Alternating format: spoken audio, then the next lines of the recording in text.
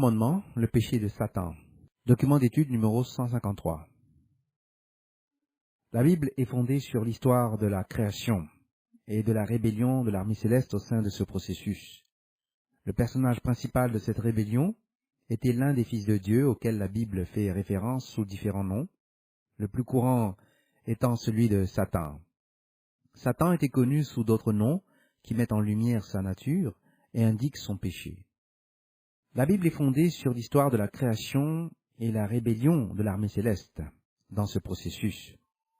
Le personnage principal de cette rébellion était l'un des fils de Dieu que la Bible désigne sous différents noms, le plus courant étant Satan, voir 1 Chroniques 21 verset 1, Job 1 verset 6, Jean 13 verset 27, Actes 5 verset 3, chapitre 26 verset 18, Romains 16 verset 20. Le nom de Satan est le mot hébreu Shatan, le dictionnaire hébreu de Strong numéro 7854, qui est dérivé d'un autre mot hébreu, Shatan, SHD 7853, qui est une racine principale voulant dire attaquer, de là accuser. Le sens est donc adversaire. Le mot, surtout lorsqu'il est accompagné de l'article, fait référence à l'adversaire, Satan, l'ennemi juré du bien. Le mot a le sens d'adversaire ou de résister.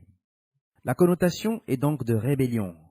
Le Nouveau Testament utilise le mot Satanas, voir le dictionnaire grec de Strong numéro 4567, qui est une translittération d'un mot d'origine chaldéenne qui correspond au mot hébreu Satan, voir le SHD 7854, et apparaissant comme SGD 4566. Cela signifie l'accusateur. Il est donc incontestable que le cadre théologique de référence du Nouveau Testament était basé sur la structure hébraïque araméenne. Satan était connu sous d'autres noms qui mettent en lumière sa nature et indiquent son péché.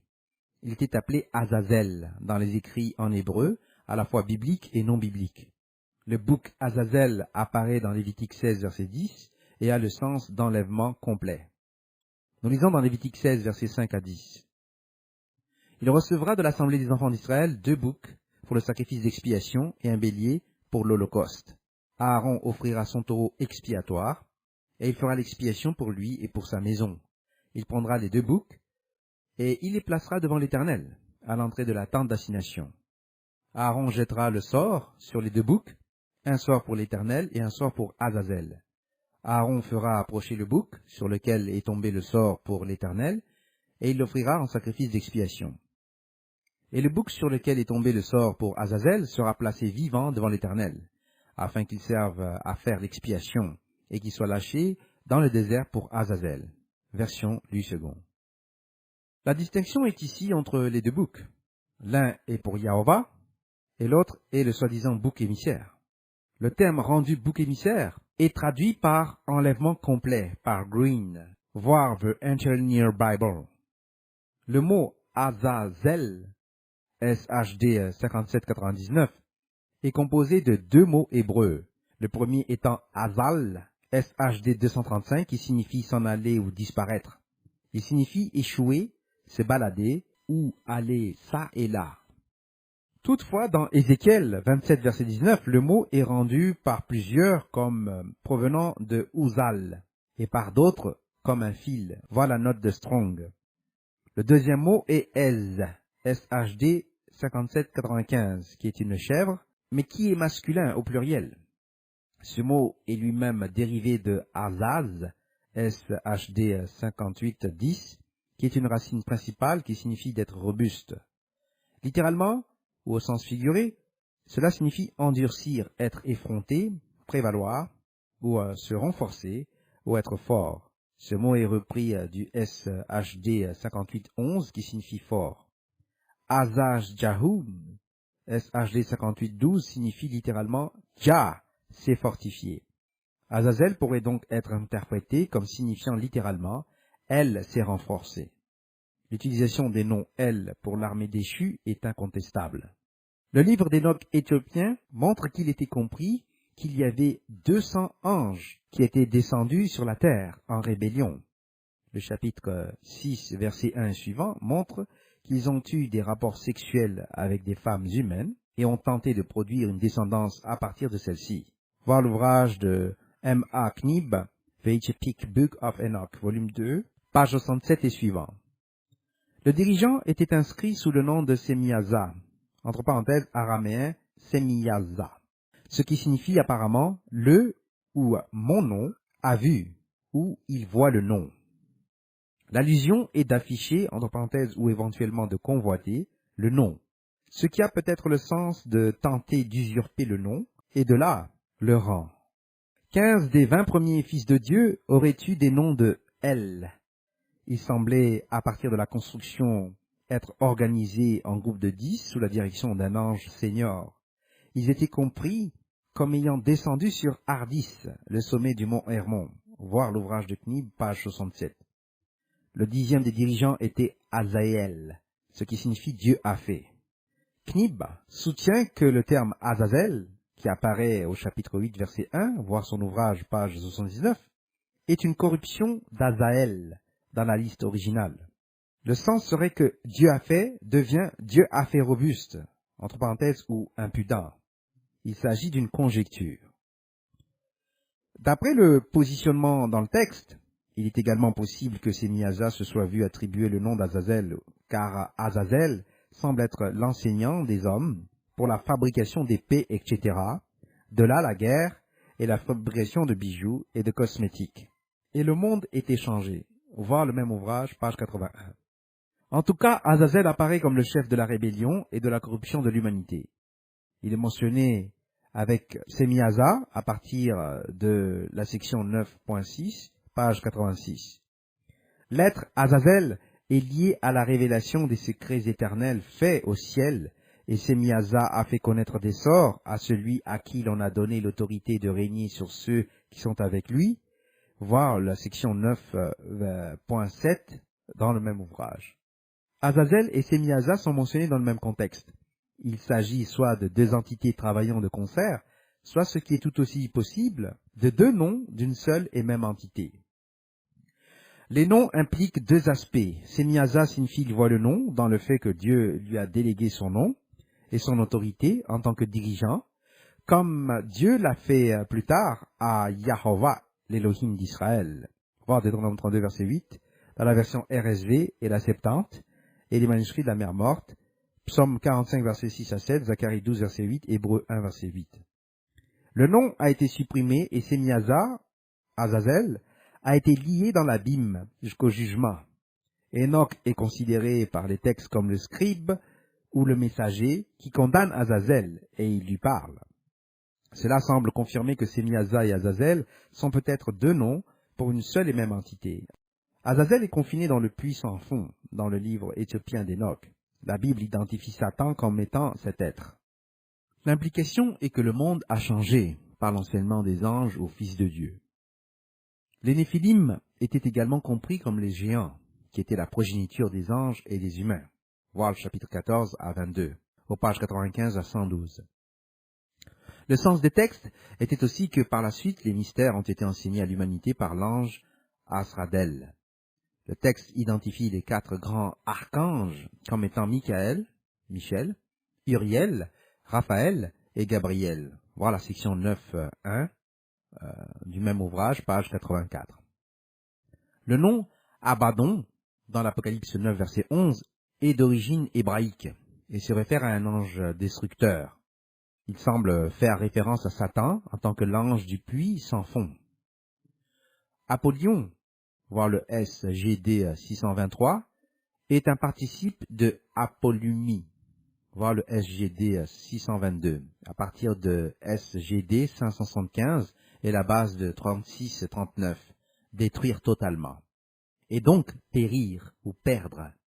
Donc détruire, mourir, perdre, gâcher ou périr. Apollyon signifie donc un destructeur. Et donc Satan, voir Apocalypse 9, verset 11. D'autres noms sont katélogos, de kata, comme descendant, ou opposant, distribution ou intensité, et logos, la parole, d'où l'accusateur, entre parenthèses, des frères, Apocalypse 12, verset 10. Également l'adversaire, voir 1 Pierre 5, verset 8. La connotation ici est que Satan accuse Dieu d'avoir fait une erreur en créant les êtres humains. Ainsi, il ne pouvait pas être omniscient. Ceci est un aspect central au péché de Satan. Les autres noms sont Belzébuth, voir Matthieu 12, verset 24, Marc 3, verset 32, Luc 11, verset 15. Ce nom Belzéboul, SGD 954, est d'origine chaldéenne, étant une parodie de Baal-Zéboub. SHD 1176, le dieu d'Écron, du dictionnaire hébreu de Strong 1168 et 2070, où Baal signifie la déité et Zéboub signifie une mouche, surtout utilisé de type qui pique. Le mot dans le texte grec est donc un mot araméen, qui est une parodie qui signifie le dieu du fumier, et par conséquent Satan, entre parenthèses, voire celui de Strong. Un autre terme est Bélial, SGD 955, entre parenthèses 2 Corinthiens 6, verset 15, qui est d'origine hébraïque et signifie sans valeur, SHD 1100, d'où il est utilisé pour Satan. Le terme diable est dérivé du terme diabolos, SGD 1228, et est également utilisé de Satan. Voir Matthieu 4, verset 1, chapitre 13, verset 39, Luc 4, verset 2, verset 6, Apocalypse 20, verset 2. Diabolos est dérivé de diabolo, SGD 1225, et signifie diffamer ou accuser. Ainsi, un verbe pour fausse accusation, qui est une caractéristique de Satan, a été transformé en substantif. L'état ou la condition de faux accusateur est l'objet qui est détruit dans les temps de feu. Ce n'est pas l'être qui est détruit. Un autre terme est ennemi.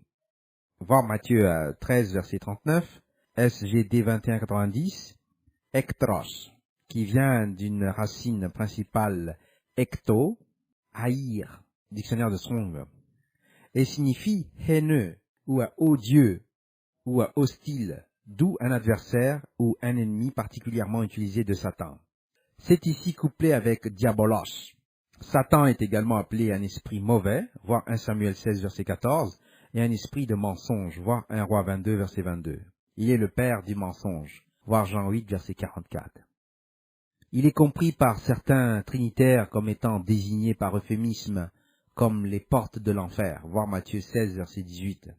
Cependant, les portes de la mort est le sens de ce texte, ce qui signifie que l'Église survit à la persécution. L'Apocalypse le désigne comme le grand dragon rouge, voir Apocalypse 12, verset 3. Le terme est également appliqué comme le serpent ancien, voir Apocalypse 12, verset 9, chapitre 20, verset 2. Et aussi le serpent, dans Genèse 3, verset 4, verset 14, 2 Corinthiens 11, verset 3. Jean 8, verset 44 le classe comme un meurtrier, car à travers le faux enseignement et le mensonge, les hommes sont tués par le péché. La puissance des ténèbres lui est également appliquée à partir de Colossiens 1, verset 13. Il est le prince de ce monde, voir Jean 12, verset 31, chapitre 14, verset 30, chapitre 16, verset 11. Matthieu 12, verset 24 le mentionne comme le prince des démons. Il est aussi le prince de la puissance de l'air, voir Éphésiens 2, verset 2, et le maître des ténèbres de ce monde, voir Éphésiens 6, verset 12. À partir de ces attributs, il est l'esprit qui travaille dans les fils de la rébellion, voir Éphésiens 2, verset 2. Il est un tentateur, voir Matthieu 4, verset 3, 1 Thessaloniciens 3, verset 5, grâce à ses pouvoirs. Il est ainsi le Dieu de ce monde, voir 2 Corinthiens 4, verset 4, et un esprit impur, voir Matthieu 12, verset 43, et le méchant, voir Matthieu 13, verset 19, verset 38. À partir de ces termes, nous pouvons en déduire qu'il s'est rebellé contre la nature de Dieu. Il était un gardien ou un chérubin protecteur oint, tel que nous le voyons d'Ézéchiel 28, verset 14. Il a été placé sur la montagne de Dieu. Il était parfait depuis le jour de sa création jusqu'à ce que l'iniquité soit trouvée en lui, voir Ézéchiel 28, verset 15. Il a tenté de s'élever au-dessus des étoiles au Fils de Dieu et d'être comme le Très-Haut, voir Ésaïe 14, verset 12 à 14. Son péché a donc consisté à essayer de se rendre semblable au Très-Haut et à essayer d'avoir d'autres fils de Dieu qui se rebellent contre le Dieu Très-Haut et le suivent dans des activités contraires à la nature de Dieu, qui a été rendu disponible au Fils de Dieu au moyen de l'Esprit Saint. Entre parenthèses, voir les documents d'étude de l'Esprit Saint, numéro 117, et consubstantiel au Père, numéro 081. Le péché était donc en premier lieu une violation du premier commandement. Ce commandement est, nous lisons dans Exode 20, versets 1 à 3, « Alors Dieu prononça toutes ces paroles en disant, « Je suis l'Éternel ton Dieu qui t'ai fait sortir du pays d'Égypte, de la maison de servitude. Tu n'auras pas d'autre Dieu devant ma face. » Version Louis II.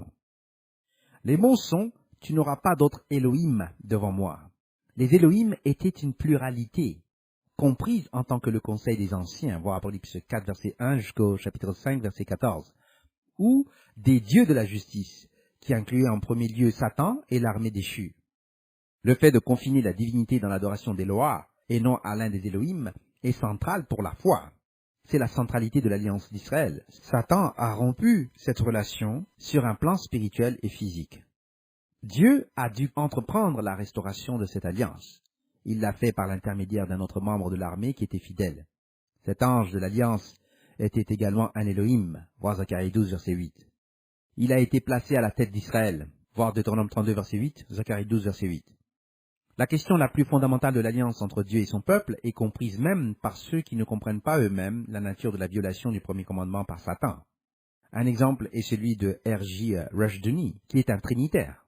Nous lisons, citation, « La restauration de cette relation d'alliance a été l'œuvre du Christ, sa grâce à son peuple élu. L'accomplissement de cette alliance est leur grande mission, assujettir toutes choses et toutes les nations à Christ et à sa, c'est-à-dire Dieu, loi, parole. » Fin de citation de l'ouvrage de R.J. Rushdoony, The Institute of Biblical Law, a Presbyterian Publishing Company, USA, 1973, page 14. Le péché essentiel de Satan a été de s'élever lui-même, et à travers lui d'élever les autres fils de Dieu à une égalité de volonté et de position avec Eloha, qui est Dieu le Père. Christ et l'armée loyale n'ont pas commis cette erreur. Le schéma traite de cette position de base. Nous lisons dans Deutéronome 6, verset 4, « Écoute Israël, l'Éternel notre Dieu est le seul Éternel. » Version Louis II. Ce texte a été utilisé par les trinitaires et les binitaires pour tenter d'affirmer une unité aux Elohim, de telle sorte que Dieu et Christ soient un seul et même Elohim. Cependant, cela est faux. La singularité d'Eloah est absolue et n'inclut pas le Fils choisi en tant que le Messie, comme nous le montre Proverbe 30, versets 4 à 5. En effet, cela n'inclut aucun des fils de Dieu, qui sont et ont toujours été nombreux, selon Job 1, verset 6, Job 2, verset 1, Job 38, verset 4 à 7. Le texte de base est « Shema Yisrael, Yahovah Eloheinu, Yahovah Echad ». L'hypothèse de base des trinitaires, entre parenthèses, est confondue par les binitaires autoproclamés, est que le terme Eloheinu est rattaché à Elohim. Eloheinu est une dérivation d'Eloah et est singulier, comme Eloah est singulier. Elohim est un mot pluriel et n'est pas la racine de ce mot. Eloah est la base des deux termes. Christ lui-même cite Deutéronome 6, verset 5 comme le premier et grand commandement, dans Matthieu 22, verset 37, Marc 12, verset 30, Luc 10, verset 27, et le principe essentiel et fondamental de la loi. Satan a donc violé cette loi et Christ ne l'a pas fait. C'était la distinction essentielle entre eux. Le concept des Elohim étant un, et comme sous la loi et la volonté d'Eloah, qui est l'unique vrai Dieu. Voir Jean 17, verset 3, 1 Jean 5, verset 20. Jésus-Christ n'est pas celui qui est l'unique vrai Dieu. Et en tant que tel, ce texte ne peut pas se référer au Messie, mais au Père seul. Les trinitaires et dans une autre mesure les binitariens sont donc en infraction avec le premier commandement. Voyons maintenant le premier principe. Il n'y a qu'un unique vrai Dieu. Rushdoony voit que le premier principe du schéma est qu'Israël ne peut pas accepter un autre Dieu ou Elohim. Il y a donc un seul Dieu, une seule loi. Voir le même ouvrage de Rushdoony, page 18. Il s'agit de la déclaration d'un ordre moral absolu auquel l'homme doit se conformer. Nous lisons, citation, « Si Israël ne peut pas accepter un autre Dieu et une autre loi-ordre, elle ne peut reconnaître aucune autre religion ou loi-ordre comme étant valide, ni pour elle-même, ni pour quiconque. Parce que Dieu est un, la vérité est une. Les autres gens vont périr sur leur chemin, à moins qu'ils ne se tournent et se convertissent. » Voir Psaume 2, verset 12. La coercition de base est réservée à Dieu. Fin de citation de l'ouvrage de Rushdoony, page 18. Ici, Dieu est unique, et la vérité est une.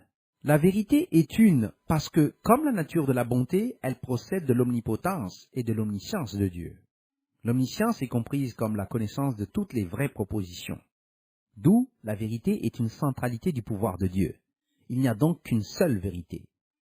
En dépit de cette compréhension, l'incongruité de leur position sur la divinité n'est pas abordée par ces penseurs trinitaires ou binitaires. Les trinitaires tels que Rushdouni voient que le premier commandement est au centre de l'alliance et tentent de concilier la contradiction dans l'élévation du Christ à un niveau et une coéternité avec Dieu en fusionnant les entités, malgré la preuve évidente des textes bibliques. La coéternité est rejetée parce que 1 Timothée 6, verset 16 montre que seul Dieu est immortel. Dieu confère la vie éternelle à Christ. Voir Jean 5, verset 26. Nous lisons dans l'évangile de Jean, chapitre 5, verset 26, « Car comme le Père a la vie en lui-même, ainsi il a donné au Fils d'avoir la vie en lui-même. » Version Louis II. Christ est donc dépendant de Dieu pour la vie éternelle. Christ ne peut donc pas être coéternel avec Dieu avant le commencement de la création. Seul Dieu était seul, éternellement, avant le commencement des temps. Par conséquent, Christ n'est pas un vrai Dieu, au même titre que Dieu est l'unique vrai Dieu. Christ était la gloire comme d'un seul Fils, en grec huios, et Dieu, en grec théos, ou en hébreu Elohim, né. Voir Jean 17, verset 3, 1 Jean 5, verset 20, Jean 1, verset 14, verset 18, voir aussi l'interlinéaire de Marshall, Greek English Interlinear. Les trinitaires tentent d'échapper à ce dilemme intellectuel en fusionnant les êtres, puis en évitant ensuite les problèmes ontologiques par appel au mystère. C'est essentiellement le péché de Satan. Les trinitaires et les binitaires cherchent à accuser Christ et les chrétiens du même péché dont Satan était coupable. Les binitaires sont en fait confrontés à un plus grand dilemme que les trinitaires. Le péché de Satan est une infraction évidente du premier commandement. Un binitaire affirme que Christ a éternellement existé. Entre parenthèses, voir la constitution de l'Église United Church of God, an International Association, révision du 21 novembre 1995. Cette hérésie satanique attaque la capacité des élus à être cohéritiers du Christ. Logiquement, cette position implique qu'il y a deux vrais dieux, à savoir Dieu et le Christ, et qu'ils existent depuis toujours. L'affirmation est implicite que Christ avait une existence indépendante de la puissance de Dieu. Cette affirmation est une hérésie damnable, car elle viole les exigences logiques de l'omnipotence de Dieu et est directement contraire à l'Écriture. Comme les binitaires affirment une indépendance logique et réelle complète des deux êtres séparés, ils sont des dualistes logiques. Le dualisme s'attaque à la nature même de la structure monothéiste et à la puissance de Dieu. La doctrine conduit à l'affirmation blasphématoire selon laquelle Dieu et Christ auraient pu avoir une discussion sur la question de savoir qui descendrait pour être sacrifié.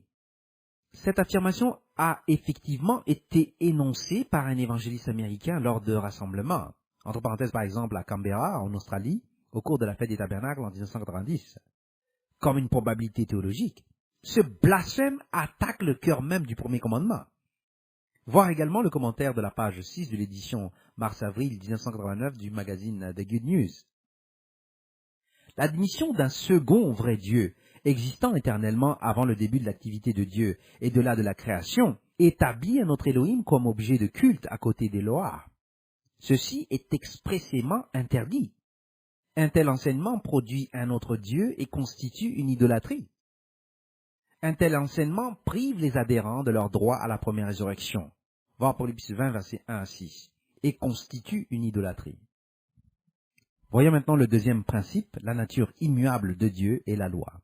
Rushdouni isole un certain nombre de prémices subsidiaires importantes qui sont fondamentales pour le premier commandement, malgré son problème avec la Trinité. Les autres prémices sont les suivantes. Citation. 2. Un Dieu absolu immuable signifie une loi absolue immuable. L'alternative à la loi n'est pas la grâce mais l'anarchie. Voir le même ouvrage, page 20. Parler de la loi comme étant pour Israël, mais pas pour les chrétiens, c'est non seulement abandonner la loi, mais aussi abandonner le Dieu de la loi. Puisqu'il n'y a qu'un seul vrai Dieu, et que sa loi est l'expression de sa nature immuable et de sa justice, alors abandonner la loi biblique pour un autre système de loi, c'est changer de Dieu au pluriel. Les fondements moraux de la chrétienté est un produit de ce processus actuel, de ce changement de Dieu au pluriel. Fin de citation du même ouvrage de Rushdoony, page 20. Le principe 2 comporte un certain nombre de sous-éléments. 2.1 est que la nature immuable de Dieu signifie que la loi est immuable. Ceci est essentiel, car la loi doit procéder à partir d'une prémisse, autre que le fait que Dieu l'a délivrée par caprice ou par fantaisie. Le seul fondement de la question de la loi est qu'elle procède de la nature de Dieu et qu'elle ne pouvait établir aucun autre système. 2.2 est donc développé à partir de ce postulat. La grâce ne peut donc pas être une alternative à la loi. Elle doit être un complément à ce système et un moyen de perfectionner le système. L'alternative à la loi est l'anarchie. C'est ce qu'on appelle l'antinomisme, de nomos, ou loi en français. Ceci est essentiellement une doctrine gnostique qui a émané du gnosticisme d'Alexandrie et qui a été développée par les Romains et les Grecs dans leur exposé théologique du christianisme. Elle s'est d'abord attaquée au judaïsme et de là au christianisme. Henry A. Green, dans son ouvrage The Economic and Social Origins of Gnosticism, SBL, dissertation série 77, Scholars Press, Atlanta, Georgia, 1935, a déclaré dans son ouvrage, citation, « Pour la majorité des gnostiques qui étaient redevables à l'histoire juive de la création, l'antinomisme était en fait l'opposition à la loi mosaïque, à la loi cosmique. Toute loi devenait identique à un destin cosmique oppressif. La morale pneumatique, déterminée par l'hostilité envers le monde cosmique, s'est concentrée sur la libération des gnostiques de la loi mosaïque et de la loi juive. L'interprétation allégorique de la loi mosaïque, ou son rejet en partie ou total, aurait facilement pu conduire à des mouvements hétérodoxes caractéristiques de la réponse du rebelle, exprimant le point de vue du juif anomique et privé de ses droits. L'éthique et les attitudes grecques pourraient faire surface ouvertement, dépouillées du Dieu juif et de ses lois. Il existe de nombreuses preuves provenant des pères de l'Église et de la bibliothèque de Nag Hammadi que les gnostiques étaient opposés à la loi mosaïque.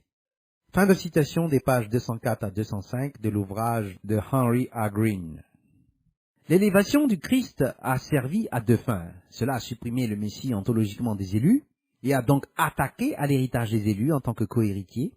Cependant, c'était nécessaire car ce n'est que par l'élévation du Christ à l'égalité et à la coéternité avec Dieu que l'on pouvait affirmer que Christ avait éliminé la loi de Dieu des Juifs et qu'à sa place, une structure basée sur l'éthique et la compréhension théologique grecque pouvait être avancée. Les doctrines gnostiques qui ont abouti à la Trinité étaient essentielles à la pensée helléniste au sein de la nouvelle foi. Ce n'est que par ce processus que Satan pouvait subvertir le message et assurer le non-respect de la loi de Dieu. Tout l'argument loi-grâce du christianisme moderne est une position gnostique d'inspiration démoniaque. Entre parenthèses, de voir aussi les documents d'étude La relation entre le salut par la grâce et la loi, numéro 082, le texte des œuvres de la loi ou Mixa Mahase HaTorah, numéro 104, et l'hérésie dans l'Église apostolique, numéro 089. Voyons maintenant le troisième principe, l'obéissance à Dieu. Le troisième principe du premier commandement est sans doute le plus difficile, mais le plus central dans les activités du Christ. Ce principe est le principe d'obéissance. Christ a appris l'obéissance par tout ce qu'il a souffert, voir Hébreux 5, verset 8. Par l'obéissance de Christ, plusieurs seront rendus justes, voir Romains 5, verset 19. Le but de la foi était de rendre les gentils ou nations obéissants, voir Romains 16, verset 19, verset 26. Rushdoony dit, citation, point 3. Un troisième principe du schéma d'Israël, c'est qu'un Dieu, une loi, exige une obéissance immuable et sans réserve. Tu aimeras le Seigneur ton Dieu de tout ton cœur et de toute ton âme et de toute ta force. Voir Deutéronome 6, verset 5. Le sens est que l'homme doit obéir à Dieu totalement, dans toutes conditions, de tout son être. Puisque l'homme est totalement la créature de Dieu, et puisqu'il n'y a pas une fibre de son être qui ne soit pas l'œuvre de Dieu, et ainsi soumise à la loi totale de Dieu, il n'y a pas une zone de vie de l'homme qui peut être tenue dans la réservation de Dieu et de sa loi. Par conséquent, tel que Deutéronome 6, verset 6 le déclare, et ces paroles que je te prescris aujourd'hui seront dans ton cœur. » Fin de citation du même ouvrage, page 20 à 21. Le but de l'Esprit Saint était d'inculquer ces processus d'obéissance à la loi de Dieu dans le cœur de l'humanité. Le monothéisme est entièrement fondé sur ce troisième principe d'obéissance à la volonté de Dieu qui, en tant que loi, découle de sa nature. Ainsi, sa volonté est la loi, étant une expression de l'omniscience et de l'omnipotence divine en tant que puissance créatrice. Tous les êtres sont soumis à la volonté divine telle qu'elle est exprimée par la loi, sinon ils sont polythéistes, ayant des volontés extérieures à la volonté de Dieu. En ce sens, le binitarisme est polythéiste, en ce qu'il cherche à établir deux volontés éternelles. La doctrine de l'âme pousse ce polythéisme un peu plus loin, en ce qu'elle cherche à affirmer des volontés multiples externes à la puissance de Dieu et indépendantes de Dieu pour la vie éternelle. La position biblique est que Christ dépend de Dieu pour la vie éternelle, car Dieu a la vie éternelle en lui-même. Christ n'est donc pas un vrai Dieu, et la soi-disant âme immortelle ne peut pas exister, sinon le monothéisme est logiquement violé, comme l'est l'Écriture. Voir Jean 5, verset 26, Jean 14, verset 28, 1 Timothée 6, verset 16. Se rebeller contre la volonté de Dieu et sa volonté en tant que loi, c'est affirmer une indépendance vis-à-vis de Dieu et contester la nécessité logique du monothéisme. Ainsi, la rébellion est comme le péché de sorcellerie. Voir 1 Samuel 15, verset 23. Voyons maintenant le quatrième principe, l'éducation dans la loi. Le principe de l'obéissance à la loi fait suite au quatrième principe. Ce principe de l'éducation dans la loi est inséparable à la fois de l'obéissance à la loi et de l'adoration. Ce sont les premiers éléments. L'adoration est entièrement centrée sur Eloah, qui est l'objet du culte et le point central du temple. Voir Esdras 4, verset 24, 5, verset 1 à 2, verset 8, verset 12 à 17, chapitre 6, verset 3 à 12. Ainsi, il n'y a aucun autre Dieu qu'Eloah. Rushdoony dit de ce principe, citation, point 4. Un quatrième principe qui découle du schéma Israël est énoncé dans Deutéronome 6, versets 7 à 9, versets 20 à 25. L'éducation à la loi est fondamentale et indissociable à la fois de l'obéissance à la loi et de l'adoration. La loi exige une éducation en termes de loi. Toute autre chose qu'une éducation fondée sur la Bible est donc un acte d'apostasie pour un croyant. Il s'agit d'avoir un autre Dieu et de se prosterner devant lui pour apprendre de lui. Il ne peut y avoir de véritable adoration sans véritable éducation, car la loi prescrit et est absolue, et aucun homme ne peut s'approcher de Dieu au mépris de la prescription de Dieu. De Deutéronome 6, verset 8, Israël a dérivé l'utilisation des téphilines, les portions de la loi, liées sur la tête ou le bras lors de la prière. Du chapitre 6, verset 8, verset 9, cela a été observé. Citation. Comme ces paroles sont figuratives et indiquent une observance rigide des commandements divins, de même aussi le commandement qui suit, à savoir d'écrire les paroles sur les montants de portes de la maison, et aussi sur les portes, doit être compris spirituellement. Et l'accomplissement littéral d'un tel commandement ne pourrait être qu'une coutume louable ou agréable à Dieu, lorsqu'on y a un recours comme moyen d'observer les commandements de Dieu constamment devant les yeux. Le précepte lui-même, cependant, présuppose l'existence de cette coutume, qui n'est pas seulement rencontrée dans les pays mahométans d'Orient à ce jour, mais était également une coutume courante dans l'Égypte ancienne. Voir l'ouvrage de Keil and the Delitzsch Biblical Commentary on the Old Testament, volume 3, The Pentateuch, Grand Rapids, Erdmans, 1949, page 324.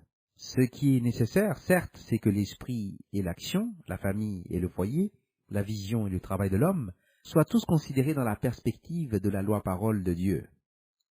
Mais ce n'est pas tout. L'accomplissement littéral du commandement concernant les frontaux et les poteaux, Deutéronome 6, verset 8, verset 9, est clairement requis, comme le montre Nombre 15, verset 37 à 41, comparé aussi Deutéronome 11, verset 18 à 20. Le fil bleu requis ne peut être spiritualisé. Dieu exige qu'il soit adoré selon sa propre parole. En fin de citation du même ouvrage, page 21 à 22 de Rushdoony. Deutéronome 6, verset 8 est modifié par le Deutéronome 6, verset 6. L'intention spirituelle est reflétée par les rubans, voire nombre 15, verset 37 à 41, voire aussi le document d'étude Les rubans bleus, numéro 273. Les éléments de la loi sont donc au centre du principe de l'éducation et de la préoccupation mentale du service à Dieu. Le premier commandement est donc fondé sur ou à l'intérieur d'une série d'ordonnances auxiliaires qui développent et expliquent son intention et son but. Se référer au document d'étude La Loi est le premier commandement, numéro 253. Un autre aspect que Rushdoony développe dans ce principe est que, citation, « adorer en langue inconnue, voire 1 Corinthiens chapitre 14, est une infraction à ce commandement, tout comme l'est l'adoration qui ne comporte pas la proclamation fidèle de la parole de Dieu, ou qui ne comporte pas l'éducation du peuple de l'Alliance en termes d'alliance loi-parole. » Fin de citation de l'ouvrage de Rushdoony, page 23. Par conséquent, le fait de parler en langue, soit des hommes, soit des démons, soit des étrangers, est réel, ou confus et inintelligible ou imaginaire, constitue une violation des principes du premier commandement. Ce point mène alors au 5e principe qui est que la réponse à la grâce est l'observation de la loi. Voir Jacques 1, verset 22-26. Voyons maintenant le 5e principe de la grâce dans la loi. C'est peut-être le principe le plus mal compris ou le plus délibérément mal interprété. Tout l'argument en entier de la grâce-loi provient de la déformation des textes bibliques. Les erreurs sont tout à fait condamnées par toute la structure du système de la réforme. Voir le document d'étude de la distinction dans la loi, numéro 096. Rushdoony dit du principe de la grâce, citation, « Un 5e principe qui est également proclamé dans ce même passage, dans Deutéronome chapitre 6, versets 20 à 25, à savoir que dans cette éducation requise, il faut souligner que la réponse à la grâce est l'observation de la loi. Les enfants doivent être enseignés que le sens de la loi est que Dieu a racheté Israël de l'esclavage. Et pour nous garder en vie, il nous a ordonné de mettre en pratique toutes ces lois, de craindre l'Éternel notre Dieu, pour notre bien, à tous les jours. » Voir le chapitre 6, verset 24. Il n'y a pas de justification pour mettre cela de côté, ni dans l'Ancien, ni dans le Nouveau Testament. Quand les églises de l'Ancien ou du Nouveau Testament ont donné un faux sens à la loi, ce faux sens est attaqué par les prophètes et les apôtres, mais jamais par la loi de Dieu elle-même. Parce que Dieu est unique, sa grâce et loi sont un dans leur but et leur direction. Ce passage montre clairement la priorité de la grâce de l'élection de Dieu dans l'appel et la rédemption du peuple qu'il a choisi. La relation d'Israël était une relation de grâce, et la loi était donnée en vue de fournir au peuple de Dieu la réponse nécessaire et requise à la grâce et à la manifestation de la grâce, c'est-à-dire l'observation de la loi. Fin de citation de l'ouvrage de Rushdoony, page 23. La loi est donc intacte et est observée par les chrétiens. Elle est défendue par les prophètes et les apôtres. Si ceux qui professent être chrétiens ne parlent pas selon la loi et le témoignage, il n'y a aucune lumière en eux. Ésaïe 8, verset 20. Voyons maintenant le 6e principe, la crainte de Dieu et sa jalousie. Dans Deutéronome 6, versets 10 à 15, un autre point central est fait à l'égard des implications du schéma Israël. Citation. « Ce sera le cas lorsque l'Éternel ton Dieu te fera entrer dans le pays qu'il a juré à tes pères, à Abraham, à Isaac, à Jacob, de te donner, des villes grandes et belles que tu n'as pas bâties, et des maisons pleines de bonnes choses que tu n'as pas remplies, et des citernes que tu n'as pas creusées, des vignes et des oliviers que tu n'as pas plantés, tu mangeras et tu te rassasieras. Prends garde alors de peur que tu n'oublies l'Éternel, qui t'a fait sortir du pays d'Égypte, de la maison de servitude. Tu craindras l'Éternel ton Dieu, et lui seul tu serviras, et par son nom tu jureras. Tu n'iras pas après d'autres dieux, parmi les dieux des peuples qui sont autour de toi, car un Dieu jaloux, l'Éternel ton Dieu, est au milieu de toi, de peur que la colère de l'Éternel ton Dieu ne s'enflamme contre toi, et qu'il ne te détruise de dessus de la face de la terre. Texte massorétique de Jewish Publication Society of America, ci-après mentionné comme MTV. Ici, le 6e principe du premier commandement est la crainte de Dieu ou la jalousie de Dieu selon la perspective dans laquelle l'activité est envisagée. Le point central est qu'il n'y a pas d'autre loi-ordre que celle établie par Dieu. Ainsi, Christ ne pouvait pas abolir la loi, car il était une image du Dieu invisible, et par conséquent, ayant l'Esprit Saint, il participait à la nature divine, et ne pouvait donner aucune autre instruction que celle qui lui était transmise par la nature de Dieu à travers l'Esprit Saint. Rushdoony dit, citation, « Ainsi le sixième principe est la jalousie de Dieu. C'est un fait d'une importance capitale. Le peuple choisi est averti car il occupe et possède une terre riche qu'il n'a pas développée, de peur qu'il n'oublie Dieu, qui l'a délivré et l'a fait prospérer. En voyant la richesse qui provient d'une culture hostile à Dieu, le peuple de l'Alliance de Dieu sera tenté de voir d'autres moyens que le Seigneur pour réussir et prospérer. La tentation sera de aller après d'autres dieux, les dieux des gens alentours. C'est à croire qu'il existe une autre loi ordre que l'ordre de Dieu. C'est oublier que le succès et la destruction des Cananéens ont été l'œuvre de Dieu. Cela est la provocation de la colère et de la jalousie de Dieu. Le fait que la jalousie soit associée de façon répétée à la loi et invoquée par Dieu dans l'octroi de la loi est d'une importance capitale dans la compréhension de la loi. La loi de Dieu n'est pas une loi aveugle, impersonnelle et une loi mécaniquement opérante, mais le Dieu jaloux empêche le triomphe soit de Canaan, soit d'un Israël apostat ou d'une Église apostate. Sans un Dieu jaloux et personnel, aucune justice n'est possible. Fin de citation de l'ouvrage de Rushdoony, pages 24 à 25. L'hypothèse souvent avancée à partir de ce principe est que la puissance et le nombre constituent l'Église de Dieu. Cette hypothèse est incorrecte. Le triomphe de l'Église de Dieu est à la résurrection au retour du Messie pour le règne millénaire. C'est pour cette raison que le système trinitaire, et plus spécifiquement l'Église catholique, doit s'attribuer la fonction de véritable Église sous le règne du Christ maintenant, alors qu'il est clair que ce n'est pas le cas selon l'Écriture. L'Écriture parle d'une fausse Église d'une grande puissance, sous un système mondial gouverné par Satan et le pouvoir de la bête. Cette Église, entre parenthèses, représentée par le terme « femme », est ivre du sang des saints et des martyrs, voir Apocalypse 17, versets 1 à 6. Ce système existe dans un monde régi par le Dieu de ce monde, voir 2 Corinthiens 4, verset 4, et le prince de la puissance de l'air, voir Éphésiens 2, verset 2, et s'y adapte. La bénédiction de l'Alliance Israël est transmise à la nation par droit d'aînesse et est maintenue par les individus au sein de la nation qui adhèrent à la foi.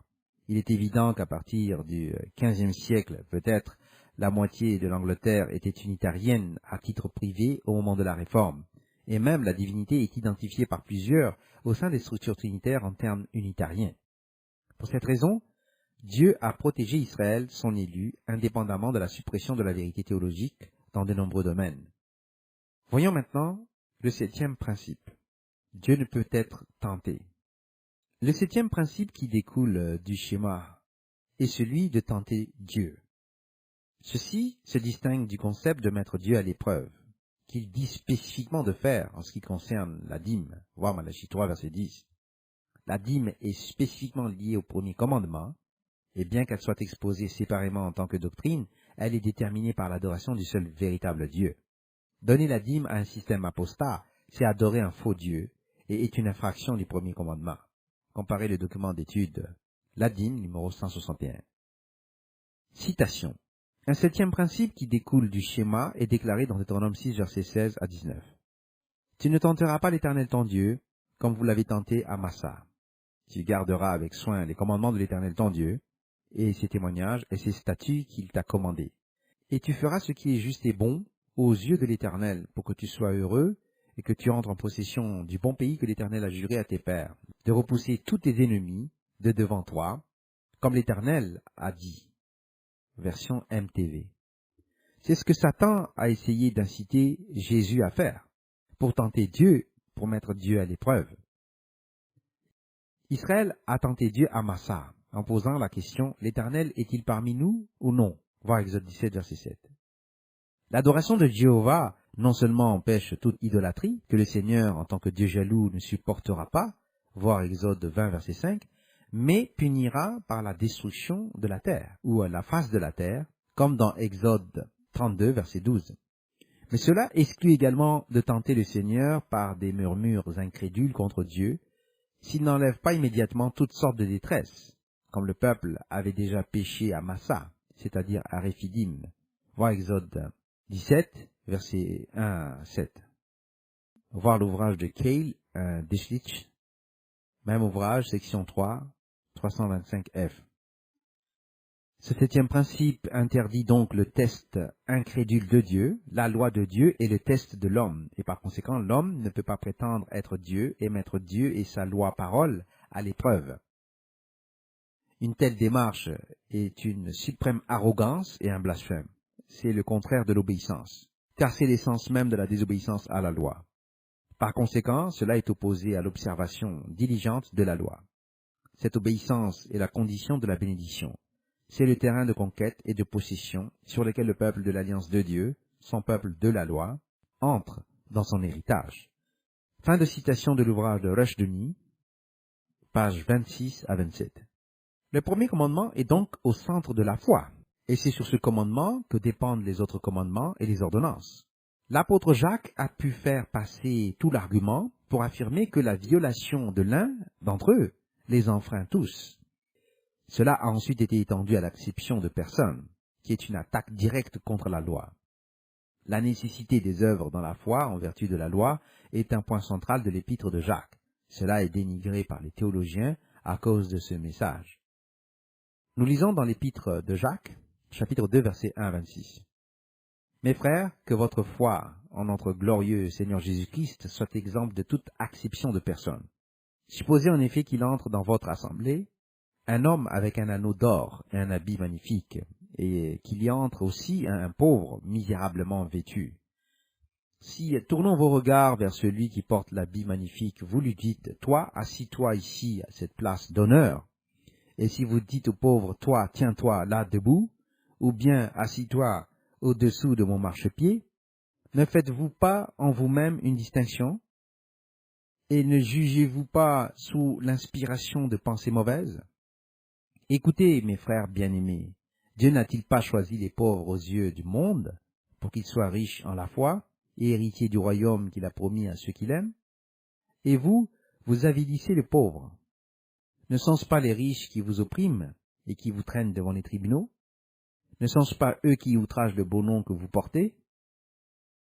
Si vous accomplissez la loi royale selon l'Écriture, tu aimeras ton prochain comme toi-même, vous faites bien. Mais si vous faites exception de personne, vous commettez un péché. Vous êtes condamnés par la loi comme des transgresseurs. Car quiconque observe toute la loi, mais pêche contre un seul commandement, devient coupable de tous. En effet, celui qui a dit « Tu ne commettras point d'adultère » a dit aussi « Tu ne tueras point ». Or, si tu ne commets point d'adultère, mais que tu commettes un meurtre, tu deviens transgresseur de la loi. Parlez et agissez comme devant être jugés par une loi de liberté, car le jugement est sans miséricorde pour qui n'a pas fait miséricorde. La miséricorde triomphe du jugement. Mes frères, que sert-il à quelqu'un de dire qu'il a la foi s'il n'a pas les œuvres? La foi peut-elle le sauver? Si un frère ou une sœur sont nus et manquent de la nourriture de chaque jour, et que l'un d'entre vous leur dise « Allez en paix, chauffez-vous et vous rassasiez », et que vous ne leur donniez pas ce qui est nécessaire au corps, à quoi cela sert-il? Il en est ainsi de la foi. Si elle n'a pas les œuvres, elle est morte en elle-même. Mais quelqu'un dira, toi tu as la foi, et moi j'ai les œuvres. Montre-moi ta foi sans les œuvres, et moi je te montrerai la foi par mes œuvres. Tu crois qu'il y a un seul Dieu, tu fais bien. Les démons le croient aussi, et ils tremblent. Veux-tu savoir, ô homme vain, que la foi sans les œuvres est inutile? Abraham, notre père, ne fut-il pas justifié par les œuvres, lorsqu'il offrit son fils Isaac sur l'autel? Tu vois que la foi agissait avec ses œuvres, et que par les œuvres la foi fut rendue parfaite. Ainsi s'accomplit ce que dit l'Écriture, Abraham crut à Dieu, et cela lui fut imputé à justice, et il fut appelé ami de Dieu. Vous voyez que l'homme est justifié par les œuvres, et non par la foi seulement. Rahab, la prostituée, ne fut-elle pas également justifiée par les œuvres, lorsqu'elle reçut les messagers et qu'elle les fit partir par un autre chemin? Comme le corps sans âme est mort, de même la foi sans les œuvres est morte. Version Louis II. Le deuxième grand commandement de l'amour du prochain est également fondé sur l'obéissance à la loi. Ainsi, l'idée maîtresse de l'enseignement de Jésus-Christ est fondée sur la loi de Dieu. C'est la loi parfaite de liberté, voir Jacques 1, verset 25. L'acception de personne est un péché et une violation de la loi et de la volonté de Dieu, voir Jacques 2, verset 9, aussi sûrement que l'idolâtrie et la sorcellerie. Comparez le document d'étude, le deuxième grand commandement, numéro 257. Satan avait fait exception de personne dans son accusation contre les frères et l'humanité. Ainsi, l'activité des démons commence par une violation du premier commandement et se poursuit par la violation de la loi tout entière. Ceux qui enfreignent ou diminuent la loi et enseignent aux autres à faire de même sont coupables de péché et font le travail de l'adversaire. Pour cette raison, ils sont considérés comme les moindres dans le royaume des cieux. Voir Matthieu 5, versets 17 à 20. Nous lisons dans l'évangile de Matthieu, chapitre 5, versets 17 à 20. Ne croyez pas que je sois venu pour abolir la loi ou les prophètes. Je suis venu non pour abolir, mais pour accomplir. Car je vous le dis en vérité, tant que le ciel et la terre ne passeront point, il ne disparaîtra pas de la loi un seul iota ou un seul trait de lettre, jusqu'à ce que tout soit arrivé. Celui donc qui supprimera l'un de ces plus petits commandements, et qui enseignera aux hommes à faire de même, sera appelé le plus petit dans le royaume des cieux. Mais celui qui les observera et qui enseignera à les observer, celui-là sera appelé grand dans le royaume des cieux. Car je vous le dis, si votre justice ne surpasse celle des scribes et des pharisiens, vous n'entrerez point dans le royaume des cieux. Version Louis II. La capacité d'entrer dans le royaume des cieux est fondée sur la résurrection. La capacité de ces faux enseignants est par conséquent réduite et ils sont renvoyés à la deuxième résurrection, où ils peuvent être réenseignés. Seuls ceux qui gardent les commandements de Dieu et le témoignage de Jésus-Christ peuvent entrer dans la première résurrection en tant que saints ayant droit à l'arbre de vie. Apocalypse 12, verset 17, 14, verset 12, 22, verset 14 dans la version King James. Si vous croyez qu'il n'y a qu'un Dieu unique, vous faites bien. Satan et les démons savent qu'il n'y a qu'un unique vrai Dieu, et ils tremblent. Voir Jacques 2, verset 19. Le but des démons est de tromper le plus grand nombre possible, afin que moins de personnes entrent dans le royaume et que le plan soit frustré. Satan a enfreint le premier commandement et tente d'atténuer sa position en trompant les autres et en justifiant ainsi les démons dans leurs activités. Adorez Dieu et servez-le lui seul. Voir Matthieu 4, verset 10. Nous lisons dans l'évangile de Matthieu, chapitre 4, verset 10. Jésus lui dit, retire-toi, Satan, car il est écrit, tu adoreras le Seigneur ton Dieu et tu le serviras lui seul. Version Louis II.